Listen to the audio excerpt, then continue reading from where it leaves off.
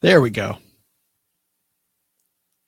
It's funny when you can't get a screen to work and then you realize it's user error. Why isn't this screen working? Maybe it's because I'm pressing the wrong button over and over and over. And pressing it the third time, by the way, for whatever reason, doesn't help. You know, pushing the wrong button for the third time doesn't help at all.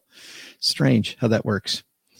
Unless there's some big news, today we're recording for next Tuesday, which is further ahead than usual. But these headlines are pretty evergreen today. They're timely, but they're not the kind of thing like Will Ferrell's car accident where we wanted to do it right away. By the way, for those of you watching this, well, if you're not watching this, if you're watching this live, not the replay later, we are going to be celebrating our 600th episode, which was Monday, the Jordan Harbinger episode of Stacking Benjamins. Really closer to episode 750, but because of our weird numbering system, and we don't count the shows that, you know, we use to create Stacking Benjamins. Anyway, we're going to be celebrating that. We're going to talk money. Of course, I'm sure we'll talk board games because that's what I like to do. But we're going to give away some stuff. So let me show you. And by the way, Gregory, I saw you there. You haven't given me your address. So I think you won. Didn't you win when I gave away the Kristen Wong? I got Kristen Wong book sitting here, Gregory, ready to go to you. Just direct message me on Facebook or email me your address if you want it. If you don't want the book, just let me know too, and we'll give it to give it to somebody else. That's fine. Maybe you already have it, read it, or your plate is full. But today we're going to give away Gary Bernison's book. He's from Corn Ferry. He was the guy that was on the show talking about Lose the Resume, Land the Job, talking about the skunk. Great book.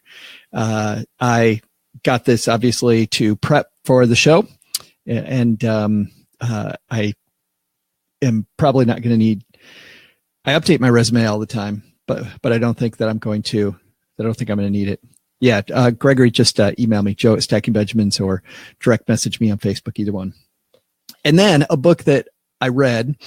And I was going to donate, but I thought that so many people here have the similar interest that I have, and this is just a great book. And it's funny because I bought it a second time because I thought the title looked good, and then I got a little ways into it, and I went, "Oh my God, I've already read this book."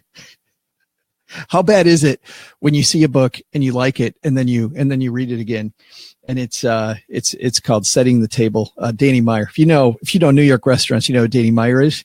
So I got the hard copy I'm keeping, but I also have this slightly dog-eared because I took it on a trip and started reading it, but it's more dog-eared because it sat in my bag than anything else. And then these people weren't coming on the show, but they sent me this book trying to get on the show. This is Day Trading 101. So if you're interested in day trading, we're going to give that away. That'll be fun. And then I said that I have some board games. And so board game wise, this is like one of the meanest games on earth. And unfortunately, it's just too mean. I watched my sister and my brother-in-law have a huge blowout fight because of this game. It is way fun because it's mean. It's meant to be mean. So we're going to give this away just because it's too mean for my family. It is a fun game. It's not super long. Basically, it's a game of sucking up to the person that's in charge, and then they get to decide who. It's a game about alliances, and it's a good time. This one I never opened, but it's from a great designers guy, Rainier Kinesia. Numbers, please. So it's not my kind of game, but it's a dice game. I do know Rainier Kinesia is a great guy. I'm just never going to play it. And then my kids grew up. This is the best game of all. So if you've got kids, this game is called Get Bit. And I don't think this version of the game's made anymore. I think they have a newer version because it was so popular. But Get Bit is where you have these little robot-y looking people, and there's a shark chasing you, and you're trying to not be the last one in line because the shark then eats a little piece of your person. And I'll show you a little person. So if the shark eats, it's kind of disgusting. It's a kid's game. It's a kid's game. We're going to talk about, right? But anyway, each time that the shark gets you, you take off a piece of the body. And obviously the person that loses all their body, that person no longer swimming. You want to be the last person to get bit. But it is a funny, cute little game, even with the kind of grotesque theme. But get bit. We played this a lot, but my kids are 22 and I'm not going to be playing it anymore. So anyway, that's what we're going to do to celebrate 600. A few games that are one game really fun and mean, one game that's for kids, one game I never open just because it's not our kind of thing, and then stuff for the show that isn't is either A, wasn't appropriate, or B, I bought 2 copies because I thought it was really cool, or 3, guy was a fantastic guest and I can't use the book anymore. That's coming up at 11 o'clock Central. So that's that. All right. I wanted to say that before we got started today. Okay. Let's, I never do this, but we went to breakfast this morning. So I've got my IHOP breakfast. Blueberry pancakes. Don't get to do that very much. All right, guys, let's do this.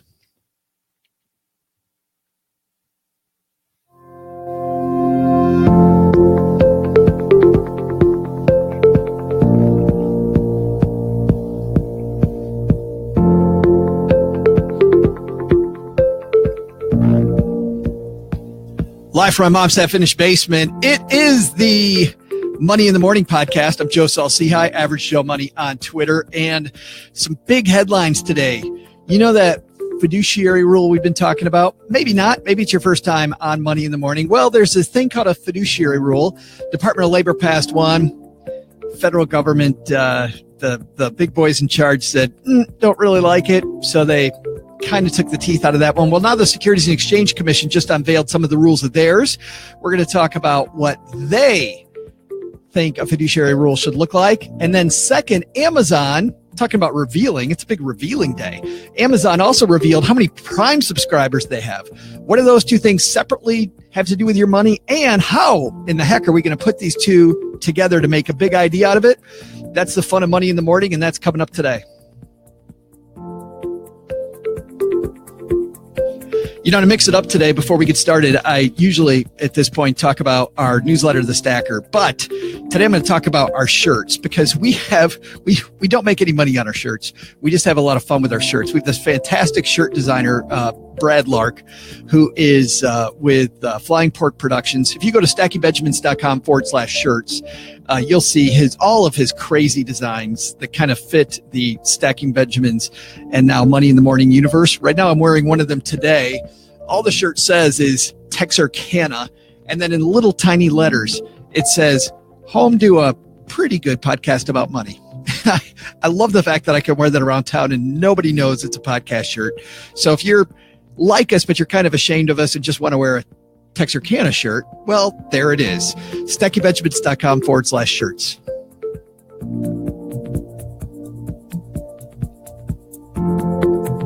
All right, let's get this party started, shall we? Hello, darlings. And now it's time for your favorite part of the show, our Stacking Benjamins headlines. Lori's in the house, Bill's in the house, Karen's in the house, Jason's here from Spokane, Washington, and who else we got here? Amika's here, Gregory's here. We had quite a few people today hanging out with us live on Facebook. If you follow us, facebook.com/iStackBenjamins, and you happen to be there in the morning, you'll see a little window pop up that we're going live, and we do these live without a net, which is very, very scary. We do no editing of the show. So if I say something bad, it's staying in there. So let's make sure we just say good things this morning, shall we? We're going to start off with a piece from Reuters. I found it originally at Yahoo Finance, but this is by Elizabeth Diltz over at Reuters. The Securities and Exchange Commission proposes rule to combat conflicted investment advice. The U.S. Securities and Exchange Commission last Wednesday proposed a new rule that would require brokers at firms like Morgan Stanley and Merrill Lynch Wealth Management to clearly explain the fees investors investors pay and commissions brokers earn when giving financial advice.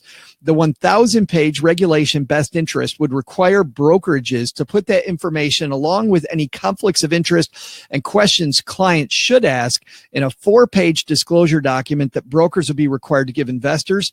The rule comes after more than a decade of regulatory deliberation over how to address conflicts of interest in the investment advice industry. If passed, it would replace the Obama-era fiduciary rule, which was issued by the Labor Department, was overturned in March by the Fifth U.S. Circuit Court of Appeals.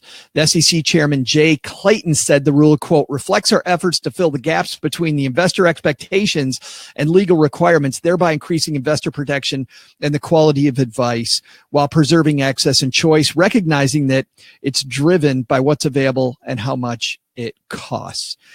So, rules. Bill in our Facebook land says, sounds like another 4 pages of stuff people will never read. It's so funny. That's exactly, Bill and everyone else, kind of the point here. The frustrating thing for me, first of all, this is 1,000 pages to describe this rule. 1,000 pages. And you know that lawyers for all these companies are going through these pages to figure out what they really need to put in, what they don't need to put in. It's not about just the spirit of the law. It's about the actual rule. And now, while this still hasn't become official, it is the SEC finally unveiling what they want to do. I do have to say, though, if we're going to have a rule, I never understood why did we have a rule that was only going to cover retirement accounts and not cover all the ways that brokers are paid? Like, what I really want if I'm an investor is to know what's in it for my advisor. I don't really care if they're in a fee-based account, a commission-based account. Listen, that's up to me and them, right? I've known commission-based people that I would send mom to. I've known fee-based people. Everybody says that fee only is the way to go. I know fee-only people who are complete idiots. So while I agree directionally that when you pay just a set fee, you kind of know where the person's bread's buttered.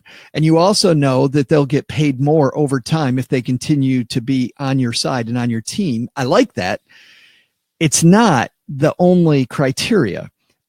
I like being in charge of knowing the criteria. And I also know from working in the industry, it's so easy to snow people about how you're paid if you really want to. I've seen just disgusting stuff about how people disclose the way that they are being paid. So, am I a fan? I'm never a fan of needing a new rule. I think that once you have a new rule, you have new games that people play. But if we're going to have a rule, I like this directionally better. And if you remember, as far as rules went, I like the changes the last rule made in the industry. We saw a lot of companies change the way they do business permanently, even though a lot of the teeth were taken out, right, by the Circuit Court of Appeals. We saw that a lot of companies still maintained some of these directionally good things for the customer. Now, back to Bill's point, 4 pages of stuff people never read. Let me tell you the game that I was taught as a financial advisor. And I wasn't taught specifically by the company. So this is no bearing on what company you're with, though. This is just industry wide. These disclosures, I was taught by advisors. I was a first-year financial advisor. I was taught by second-year financial advisors, and we had fiduciary relationships with our clients in some areas when I first started out, and we didn't in others. And you had this big, huge booklet called the ADV. And I was taught to tell people, oh, this is a big book of mumbo jumbo. If you're having trouble sleeping at night, read through this, but otherwise you don't need to open it. That was all the disclosures, right? I was taught to tell people not to read the disclosure, which is horrible. I mean, think about how bad that is, right? So 4 pages of disclosure, that's fantastic. Now, later on, by the way, once I figured out what I wanted to do with my own practice, instead of having somebody teach me, and we could talk about training in financial services and why that doesn't reflect the firm that I was with. It reflects all firms. I'll get back to that in a second because I do think that's important. On the disclosure pages, I still couldn't go through all of it. I went through the things that I thought were important with my clients, might not have been what they thought was important. I said, I want to walk through this just a little bit. This is fiduciary. This is where I'm not a fiduciary in the insurance areas, by the way, with the firm that I was with. So here's how we work when it comes to insurance. It's this, it's that. Here's the reason why the laws won't let me help you in this area the way that I work. And so I just tried to make it clear the way I worked. And by the way, that cleared up. I love this. If you've never heard of Sun Tzu, this book, The Art of War, this ancient Chinese doctrine about war. How about that? Able to bring in Sun Tzu today, huh? I've had some coffee, haven't I? Sun Tzu has this great tenet that says the best battle is the one that's never fought. And I always thought as a financial advisor, if I can help my client not have battles, especially with me, but if I can help them avoid battles in the future, that's much better than fighting one. So one of my favorite quotes of all time, the best battle is the one that's never fought. So my goal wasn't to say, hey, this help you sleep at night. And then they actually read it and they go, what the hell are you what are you doing, Joe? Why are you not telling me about these important things in here? Oh, I don't know. Because I was smoking mirrors, dogs and ponies. Didn't want to do that. So the 4 pages of the rule people are never going to read. I agree, Bill. A lot of people are not going to read them, but I also think that you should read them. Whenever somebody hands you disclosures, no matter what they say, read the disclosure. And you know what? It's funny. Don't look at the fact that it's a big book.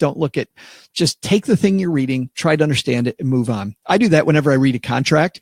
People would tell me as their financial advisor, they'd say, hey, Joe, I've got this contract and it looks horrible. Don't focus on the whole contract. We do this also, by the way, when we fill out the financial aid paperwork looks horrible. If your kids are on their way to college, don't think about how long that damn form is. Take it one piece at a time, fill out that piece, move to the next one. And before you know, it's finished. Same thing with disclosures. Back to training for just a second. So the frustrating thing about the financial services industry is it's a place where if you look at the amount of money that people that are really good at that job, how much money they make. And when I was a financial advisor, I did very, very, very well. It just wasn't ultimately what I wanted to do with my entire life. I enjoyed doing it until I was 40. And then after that, I said, you know what? There's other things I want to do. And for those of you that know a little bit about me, I went back to school to become a track coach and a high school teacher. So that tells you sometimes you do stuff for money that you love, and other times you just go do what you love, right? I decided to do the one that paid better first.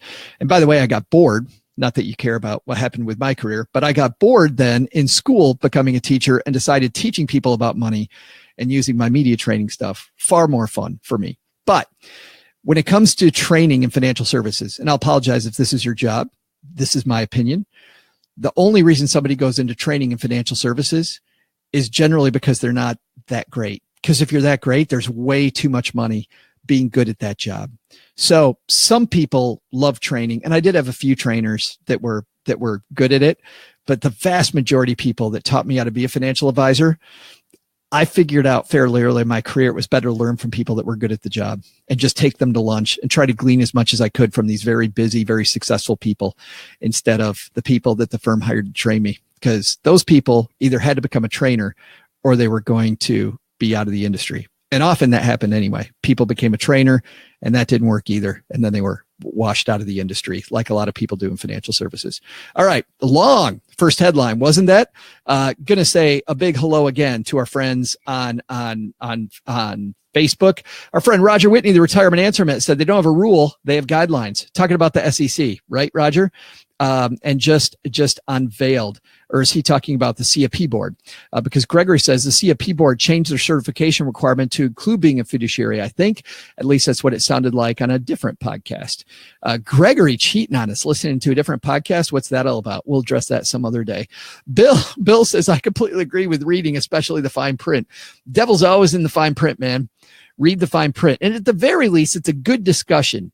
Right. And also, if you bring up a couple pieces of the fine print, the people you're working with know that you're going to read the fine print and you're paying attention. So at least spot check. All right. Let's move on to our second headline, which comes to us from, where does it come from, Joe? Comes from CNN. Amazon just revealed it has more than 100 million Prime members. 100 million Prime members. pretty big number, isn't it? This piece written by Heather Kelly. Heather writes, Amazon has more than 100 million Amazon Prime subscribers around the world, Jeff Bezos revealed in a letter to shareholders last week. Bezos has always been a little cagey about sharing Amazon statistics. This is the first time he's publicly stated how many Prime members the company has signed up. Previous estimates by outside analysts pegged the number at 90 million in 2017. So they probably weren't. If it's 90 million, now it's 100 million. Probably not far off. Launched 13 years ago, Amazon Prime is the company's monthly or annual membership program. It includes perks such as free and discounted shipping, music and video streaming, and free ebooks. Prime costs $99 a year or $13 a month in the U.S., $12.99. I rounded. Sorry. It says $12.99 a month in the U.S. with similar membership prices in 15 other countries. The fees are just one way Amazon makes money off the program. Amazon shipped more than 5 billion items, billion with a B, through Prime in 2017, according to the letter. More than half the items sold through Amazon now come from third-party sellers. The company's own goods are also selling well, according to Bezos, who says last year was the best year for Amazon hardware sales like Echo and Fire devices. So they're selling a lot of their own stuff. So two ways they're making money here. Way number one is they're making money on that $99. I'm going to get back to that. Way number two, encourage you to shop with them, right? Which brings me to my point. If they're making money on that subscription, I read something recently that MoviePass, love my MoviePass. MoviePass, this way to go see movies, and they pay for your movie in the theater. They pay for it. It's a monthly subscription cost. They're losing money every month. They lost $150 million last year, they reported. Amazon making money on Prime. These monthly subscription services making money on the monthly subscription. The reason why these companies do things like Prime and monthly subscriptions is because they make a lot of money. Because of the fact that you sign up for it and you think, oh, I've got this stuff. And then you forget that you have it, but the money still comes out of your bank account, right? Automatic renewal. You automatically continue subscribing. This, by the way, to me, brings up the point of the second headline, which we don't have to belabor like the first one. This is a great time to audit your subscriptions. Which ones are you actually using? Which ones you aren't? I live in Texarkana, Texas, as we said earlier about my t-shirt. But because of that, I live on Amazon Prime. I agree. It also helps them market me more. I'd rather go through Prime than go somewhere else. So Amazon gets a little piece from me, even of these third-party sales. For me right now, if I lived back in a major area, I might not like Prime so much. There might not be as much in it for me. What subscriptions do you have? There are some easy ways to take care of that, by the way. They will charge you. If you use Clarity Money like I do, they connect with Bill Shark. You might even be able to go to Bill Shark. We also had Thomas, what's Thomas's last name, from Trim. AskTrim.com. Trim will go in. Now, what they want to do, they will find all your subscriptions for you. They will even cancel them for you, which is cool. They just want a piece of that action. So it's money that you wouldn't have known was coming out of your wallet, and they want to take a piece of it. So they charge you a little bit to save you that amount of money that was coming out. So if you don't have time to do it yourself, just go to Ask Trim, go to Bill Shark. On Clarity Money, just scroll down and click. A lot of these apps now pair with, I think MoneyLion also has a similar relationship, as do some of the other apps that are Mint-like, right? Even Mint probably has one now. I don't know. So good stuff there.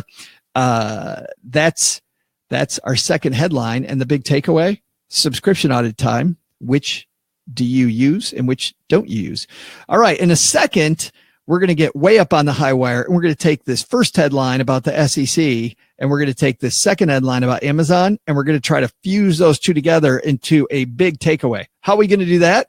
I'll explain that in just a second. But first, more on our t-shirts and the things that are available over there. By the way, on the t-shirts, I said we don't make any money. I think we make $2. And we pay a fee every year, which goes to our designer, and we always put that money back toward the designer. But I love what my friend Paul is doing, where she's teamed up with a charity, and I think we're going to start going that way. I really, really like that. I just heard that last night as we record this, that Paula has some brand new shirts for Afford Anything. How about me marketing Paula's shirts? Our shirts are way cooler, by the way, than Paula's are. StackingBenjamins.com/shirts. Hers are kind of straightforward. Ours are kind of crazy. You totally want ours. You don't want hers. No, I'm kidding, Paula. But I love Paula Payant at Afford Anything. But I will say this, that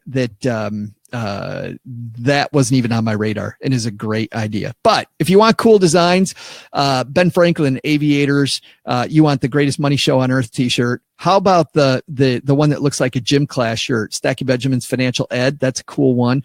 I like the Bull and the Bear fighting it out. We got some new ones coming out. We've got one that looks like a movie poster. You can already get one though that looks like it's going to be a boxing match coming. He's always working on new designs. StackingBenjamins.com/shirts. All right.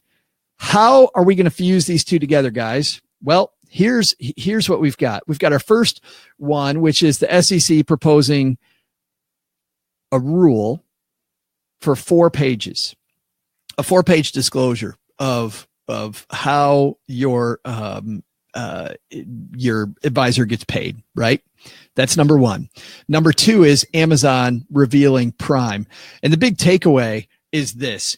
When we look at the SEC, you see that the government now proposing some rules which are going to affect your life. Whether you like the rule or you don't like the rule, it's going to affect your life. It already has affected your life, even though it didn't pass, correct? So if that's the case when it comes to this rule, it's also the case when it comes to Amazon. When you look at Amazon, Amazon says, hey, we got this other way you can interface with us, Prime.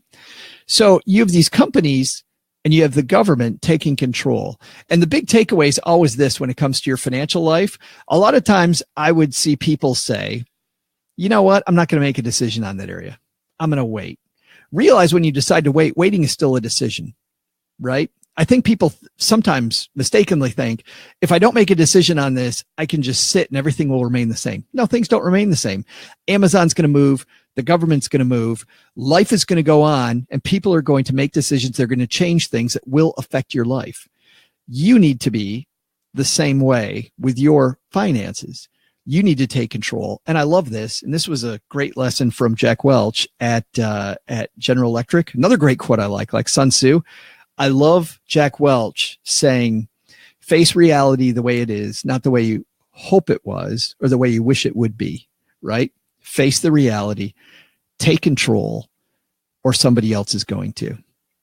That's our big lesson today, guys. Thanks for hanging out, everybody. Thanks for hanging out. All those friends of ours on Facebook today. Got a nice little crowd of people on Facebook. We'll see everyone back here next time on Money in the Morning. Go stack some Benjamins. Bye-bye.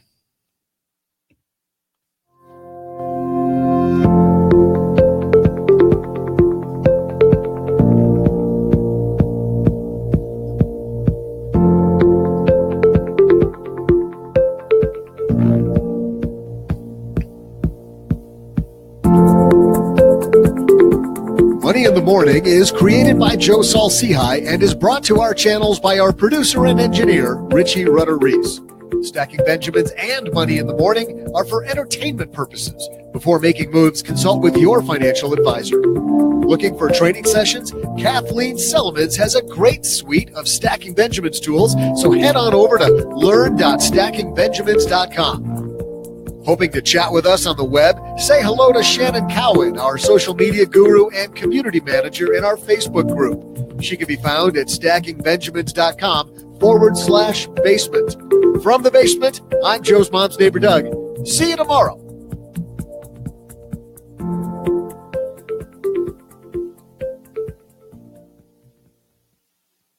All right. That was fun. Thanks for hanging out again, everybody. Good stuff. Remember at 11 o'clock, if you just got here, which is just under an hour away, I've got to run to Home Depot, by the way, for more stuff. I have to get some mortar mix. Very exciting. 15 bags and then run back here. But we're going to give away some stuff at 11 o'clock Central Time, so 52 minutes from now. Giving away some books. This guy, not right for our show. So we're going to give it away. This book, didn't realize that I already had it. I'll tell her that, Kimberly. He's liking being a star here. Danny Meyer's book, Setting the Table. Great book about running restaurants. If you're in any customer service business, you just enjoy reading about Danny Meyer or restaurants and how they make those. It's a really good read. Gary Burnison, who is a fantastic guest. Lose the Resume, Land the Job, giving that away. 3 games. One my kids played the heck out of when they were kids. Get Bit, a hilarious game about trying not to get bit by sharks.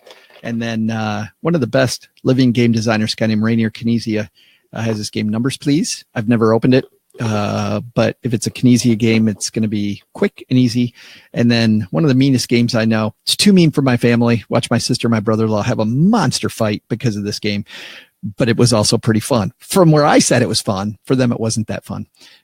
Intrigue. We're going to give those away celebrating 600 episodes. All right, back to going to Home Depot and then heading out. Yes, Gregory, absolutely. We've been waiting on that conversation for a long time, so let's do it. Bye-bye.